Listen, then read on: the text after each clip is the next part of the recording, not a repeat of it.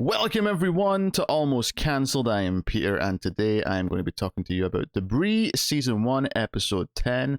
It's called I Am Icarus. So, full spoilers for the episode as always. Apologies I'm so late in the week with this one. I did watch the episode on Tuesday, but I ended up having to push the recording, and this is the first chance I've had to really do it. Especially since this is the second half of the two-parter, which had an excellent first half, and the second half, brought it home. It was it was a wonderful episode.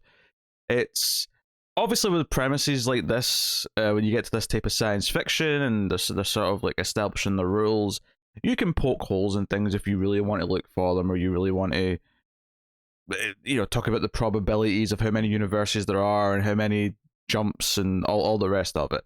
But what's important, within reason, you have rules that work and function, but what's really important is that the through line for the characters and what the events they go through, even if they don't remember them, what does it say about those characters, and what does that say to us about continuing to be on this journey with these characters. And there's some wonderful moments in this episode which flips it to the other side of things quite quickly, where the opening of the episode, after his last jump, Brian goes to the house and Shelby's not there. It's the sister Kathleen. And it's like, oh shit, she's been jumping around exactly like Shelby has. And this is the first time that our Brian has jumped into her world.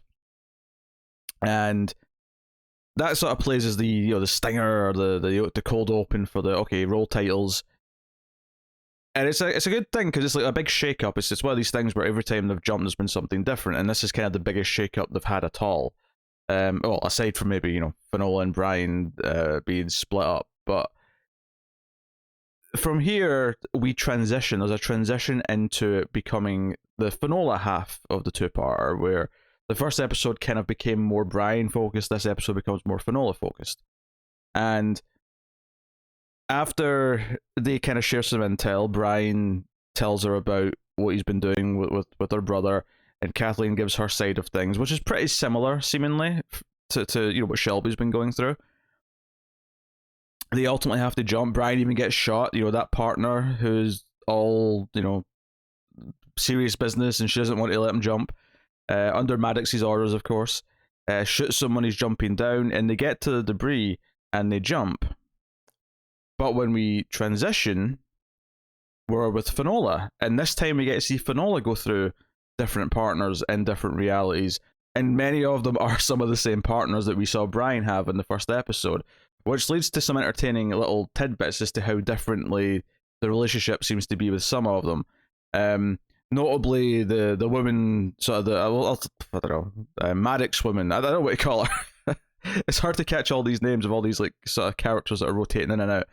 But the one who shot Brian, she tells this story at the start when she's with Brian, and Brian's barely listening because he's already jumped. He remembers what's happening.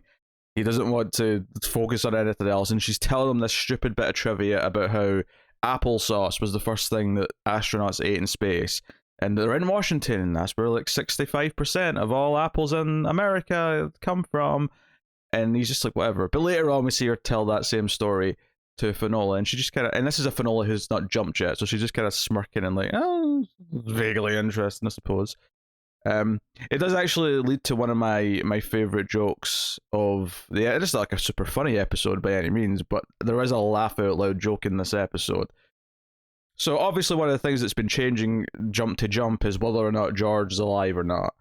And the Finola who does eventually believe things enough to jump with Kathleen, when she comes into the next world and she's with the smaller guy, he says, oh, this is getting serious. And this is obviously where things are really escalating, because this time when they look over at the house, when they're standing at the cliff, looking out at the water, they look over at the house, and they can just see the big sort of the anomaly bubble thing coming out of the house. It's visual now from a distance. It's not just inside the house. So it's a good visual sign for us that things are escalating, that reality is close to breaking point, and they can't jump that many more times. That was always true. But anyway, this joke kind of broke me a little bit, because this Finola came from a world where George was dead, and the little guy partner says, "Oh, this is very serious. We should call your father." And she turns and says, "What? My father's dead." And obviously, had she been thinking about like, because this is the only time this Finola jumps. I mean, she jumps at the end, but we don't. Does the? I don't think she remembers that she jumped after that, or at least the version we know after that didn't. But obviously, she's only just went through this day once before, and she's learned things once. She doesn't as quick to just like take this as like, oh, he's saying call my father. That means my father's alive in this universe. She responds with, "My father is dead." But what's funny about this is the guy's reaction, the partner's reaction, because coming from anyone else, this would be like, what are you talking about? He's alive. And that's kind of the reactions we've had so far when this has come up, where when Brian says, he's dead or alive, or someone else says he's dead or alive, it reads as something to question. But because Finola's the one saying, but no, I can't call my father, he's dead, because it's his daughter, this guy takes this as the news. And he goes, "Oh no, what happened? I just spoke to him yesterday." And he gets really choked up thinking that George Jones has just died. This was a genuinely funny moment. Like, I thought this was really good. And it was funny because it's Finola, because it's the daughter saying, "No, he's dead." The person doesn't question it. The person, because it's a close family member, takes this as the news that he has died. And that is really funny. So that was a good joke. I was into that. But the escalation throughout the episode is good. It's one of those things with these type of Groundhog Day, even though this is not exactly that, but you build sort of this meaning through repetition, where, like I said, when they look over at the house after this jump and there's already like a bubble coming out of it, it's like, oh shit, things are getting serious. Because we've seen them look over at that house a number of times, like countless times even, between the two episodes. So it has meaning when it's different. And likewise, at the end of the episode, when things have been reset and Brian and Finola are finally together again, and they don't remember anything, because the only people who remember anything seemingly are the twins, because they're the cause of it all. When they show up to that cliff and they repeat their dialogue, and it's the same as the first half, and they look over at the house, and it's just the same as the first half, but the music's different. The music's more suggestive. The music's more kind of like, oh, things might be okay now. And we feel comfort looking at the house, and it's back to normal because Brian and Finola are back to normal. It builds familiarity. Like, I actually have no idea how much I'm going to have to say in this episode. Maybe it's more than I think it is. Part of me thinks it's going to be a short conversation. It's not really a conversation, it's just me. But just because it is the back half, and because it does kind of just tie things together, but there is little moments, there's little things that it does as it's telling its story. Because the ultimate solution ends up being quite simple. It's they have to jump on both the brother and sister have to jump at the same time on their different realities, and they're allowed to synchronize that because they can see each other through those little, because it was, set up in the first episode that they were starting to see these little windows into other realities, and it's gotten to the point where there's a big one where they can actually write things on paper and communicate. But one of the things I loved in this episode was Brian's reaction. So we don't focus on Brian. Once we switch to Finola, and the first Finola who finds out all this stuff, and obviously Kathleen heard about who Finola was, heard about her father, and brings those things up, which kind of gets the conversation rolling. But that Finola doesn't jump. That Finola is reset, and a different Finola, or the same Finola with their memories wiped, whatever you want to call it. She then comes the next day, and it's this version that has to be convinced by seeing Brian, by seeing the brother talking back to them, that this is real. But what I loved about some of these moments was Brian's reaction when we can't even hear him. We can just see him on the other side of the window. Like how relieved he is to finally see Finola that first time that he gets to see her, which I think is before she jumps and resets. But he, the next day where she's reset and she comes back in, and they have the longer like communication exchange where they're actually saying, "Hey, this is what's going on. We've been jumping a lot. I've talked to you multiple times, and it's got something to do with bilateral deviation. And it's something, your father has to help, but you have to do this." And of course, she has to like sort of. By this point, things have reset, so she writes down "dead" and says, "No, her father is dead now." So it's like, shit. Okay, we don't have that avenue. But Brian's reaction later on, when she does figure this out, when she jumps, and this is the Finola of this alternate reality who has now jumped and has remembered this previous day, who now believes enough that when Kathleen says to her, hey, we can have more time, we can jump again together, remember, and figure this out. And when they first jump, Brian and Shelby aren't there in the window to the other reality, but they do eventually appear. And they're able to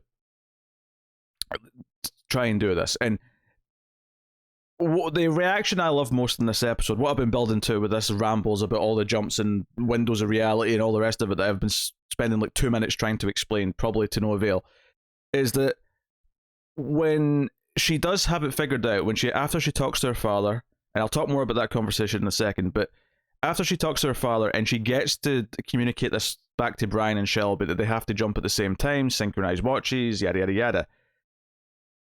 The look on Brian's face and the way it changes as she has figured this out is wonderful. It's kind of this thing where his faith is rewarded. Like, he truly believed that she was going to be the one to figure this out. As he, the earlier scene, which I also liked, the first time he talks to her, which she barely knows who this guy is. She's heard of Brian Benevento and whatever, but she doesn't know who he is. She's been told and then shown that there's this window to a reality, and all of this is new information. And he writes down, something to the effect of, "You believe that the debris is here for a reason. You believe that it can help, and you can save this world. Help save this world." And effectively, I mean, obviously he's trying to inspire her, but I think ultimately this is what in part convinces her to then take the jump later on. But I love that all that he has to appeal to, and part of what makes stories like this so great when we're dealing with alternate reality versions of characters, or characters who don't remember the real reality that we're used to on the TV show. Check out the hit television show Buffy the Vampire Slayer episode The Wish, for example. Check out, there's other examples, that's the one that comes to mind. But it's the idea that fundamentally the people are the same, and if they've got the heart and their morals are still in there, and that person is still there. Not that this Finola seemed super different by any means. She still seems like Finola, just one that never met Brian. But him appealing to that heart that he has recognized and realized that he is attached to, whether that's romantic love, whether that's something platonic, but it's something that he needs in his life because she's good for him, because she's making him better. He recognizes that in her, and that's what he appeals to. That's what he tries to appeal to, even with this version who doesn't know who he is. And in poking at that, and prodding at that, it does inspire in her the goodness that is there, which ultimately does lead to her figuring things out after they jump. But, it gives her enough of a leap of faith that she literally leaps of faith into the water and goes and jumps. And then when she comes back and she figures it out, that faith, that belief he has that she is ultimately going to save him and everyone else. And I don't just mean in this episode, the idea that she is continually going to save him because being part of his life is saving him in a way that he didn't even realize he needed saving. That faith is rewarded, and you can see it on his face. And that through line, that heart to the episode, is what makes this two-parter all work. It's not the only good thing about it. It's not the only interesting thing about it. There's a lot of stuff we could sit and talk about mythology-wise, but that's the heart of the whole thing. That's what makes it great. That's what makes you feel it. Wonderful. Wonderful. And even just the idea that both of them are trying to work together, even though one of them doesn't even really know the other one yet. And it works this way around because Finola is the one who likes to believe in people. How many times over the course of the show has she tried to help someone she barely knows in the episode of the week, the case of the week episodes? She's very quickly been sympathetic. If this was the other way around, if Finola was the one trying to convince a Brian who didn't know her to help, it probably wouldn't work. It works this way around because of who Finola is. And Brian, I think, knows that and is thankful for that and is able to use that. So, good stuff. And something else I like about this Finola as well, is... So this Finola, thinks her father is dead, right? This one who actually jumps. And then once she does jump, and then we get the funny scene of the guy being like, "Oh no, what happened?" And, he's alive.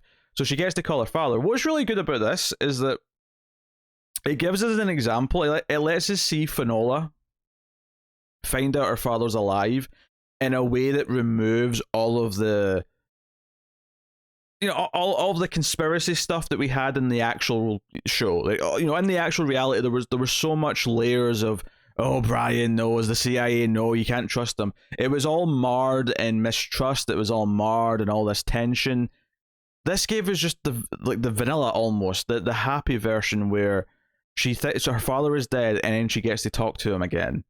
And I think what I liked about this is that maybe thematically this will be important later. Maybe this will be important. I mean, it wouldn't surprise me if some of these other realities we've set up we eventually use in another plot when there's more reality, like sharing or traveling or something. I mean, that would make it really fringe-like if they start doing that. So there maybe would be a critique there. But it wouldn't surprise me if we do get to see this Finola again at some point in some way. I don't actually expect it, but it wouldn't shock me if we did. And that would be maybe how this becomes relevant again. Or maybe thematically it'll be relevant because maybe if George does die later this season, this scene will mean something to us because we know what he would have said to her. And maybe she'll have a line later on which is, oh, I wish I know what he would have said to me. And we're like, oh, we'll know because... And it's like if he says anything that like exciting, he just says, I love you, basically. That's it. It's the most predictable thing someone might say to someone when they think they're not going to see them again ever. But what I like about this, though, is that if we do never get anything more concrete with these versions of these characters again, is that I kind of love that the episode didn't forget that this Finola, like, this is a big deal to her. She thought her father was dead, and now he's not. And it didn't just gloss over it because we, as the audience, like, know we're jumping realities, and we've already had the revelation and the real reality that he's alive, and she didn't know about it, and then she did, and blah, blah, blah. Like, it could have glossed over this, but it found a way to have it still be important to this version of the character. Especially later on when she said, I really don't want to forget what my father said to me, because she thinks she's going back to her reality and he's going to be dead and she's not going to remember this. And the implication probably is from the end of the episode that she doesn't. With maybe one little wiggle room to maybe suggest that she does, but I don't think she does. And that's just kind of beautiful in a lot of ways. And it this character, and like I say, because it is a little bit different to how it happened in the real show, where it was, mixed in with all these other emotions, having it just be here vanilla actually felt kind of fresh because we hadn't done it that way before.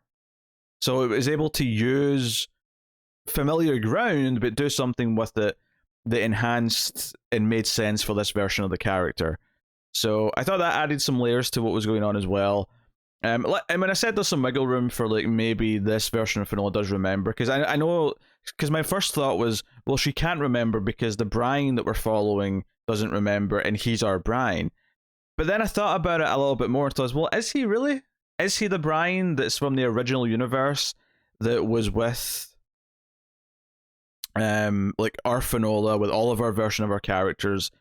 Because there was, a number of jumps in that episode before he lost Finola. There was because before he started jumping himself and new things, maybe I'm misremembering this, but there was a lot of jumps of him going through different partners without him knowing that things were being reset before he eventually jumped, because he was back with Finola again. Now, admittedly, given that he came from a reality with Finola, the argument may just be that there's one reality where they're together, and therefore it was our Brian the whole time. It wasn't some slightly different Brian from a different reality with Finola. But there is a little bit of wiggle room where that Brian, let's say, is different from the Brian that we have. Now, the Brian that we have now is the original Brian, because the whole idea with reality resetting is that everything got put back in the right place.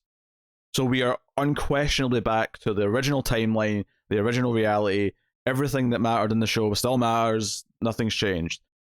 One thing that it does do, interestingly, is that it changes Maddox's little plot a little bit, because we were in a different version of reality before, when we saw his, like, emotional, truthful, heart-drenching scene with his wife. And it was an okay scene. What's interesting is that once reality resets, and we see now the canon version of this going forward, is that he doesn't actually go and catch her at the hotel. He just comes home. He hears about the thing, about the appointment, but he doesn't, like, investigate it. He just comes home and gets divorce papers, and it's this really downer moment. And while it didn't seem like they were going to get back together or work things out in the previous reality, it was a much more healthy conclusion, despite the fact that it was very emotional and they were kind of breaking down. There was a lot of honesty coming out of that, and this version of Brian, or not Brian, sorry, this version of Maddox that we're continuing with going forward doesn't have that. He didn't have that sort of like emotional honesty with his wife, where they kind of like get everything out on the table, which maybe suggests that this version of Maddox is going to be more unhealthy now. So we'll see how that plays out. The only one of those few reasons why I thought maybe they'll bring these other realities into the plot again at some point if it continues and we get more seasons and stuff, is when they set up that Brian was a war criminal on one of the other realities. That was like the one sort of thing that felt like, maybe that's a thread, or maybe it's hinting at something. I don't know.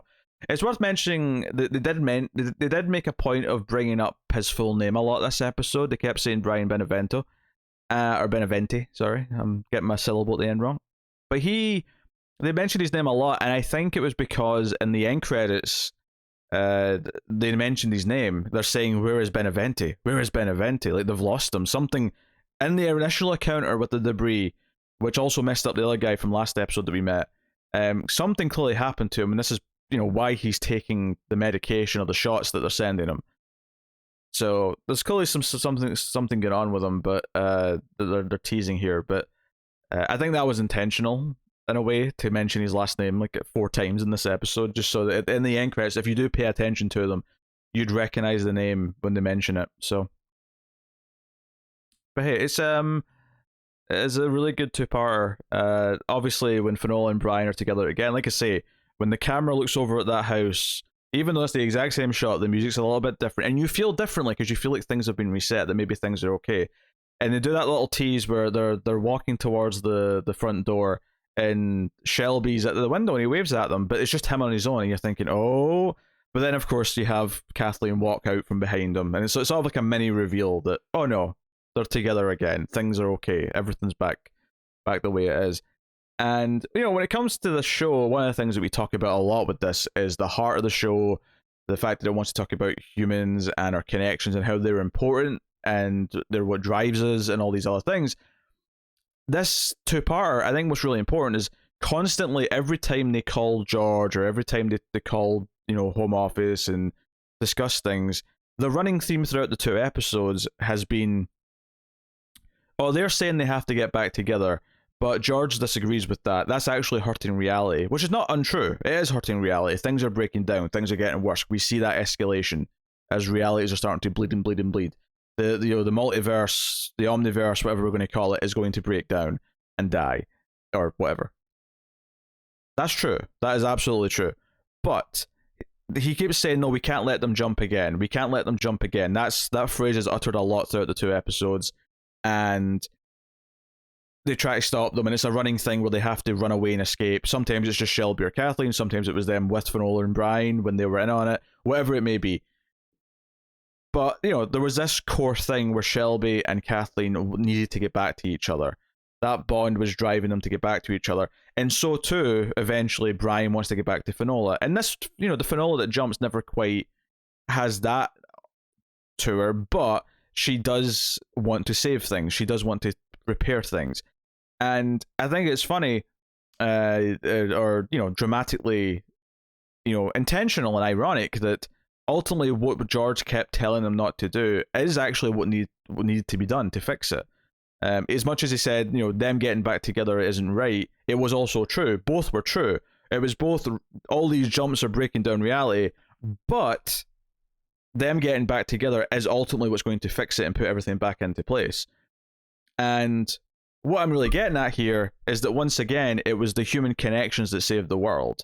It was Brian's determination to get back to Finola. It was the siblings' determination to get back to each other that ultimately saved everything. And that the heart of it, the emotional side of it was being ignored. The love, if you will, was being ignored by George, because George is a scientist and he's saying this, and this, and all these things. Maddox clearly doesn't process it properly. But it's those drives to get back together. If they didn't break the rules, if they didn't ignore what they were told and go and jump anyway, as much as it was risky, those risks ultimately are what paid off, and that was the resolution was to jump at the same time. So I think that is important. It's important that doing things on a bit of a. I mean, there was obviously some science went into it and figuring it out, but making those leaps of faith and doing it because it felt like the right thing to do, rather than because you're being told by the people in the suits that they shouldn't. So there's that theme's there as well. That's continually been throughout the show, and ultimately this was kind of a big test of that in this two-parter, where it was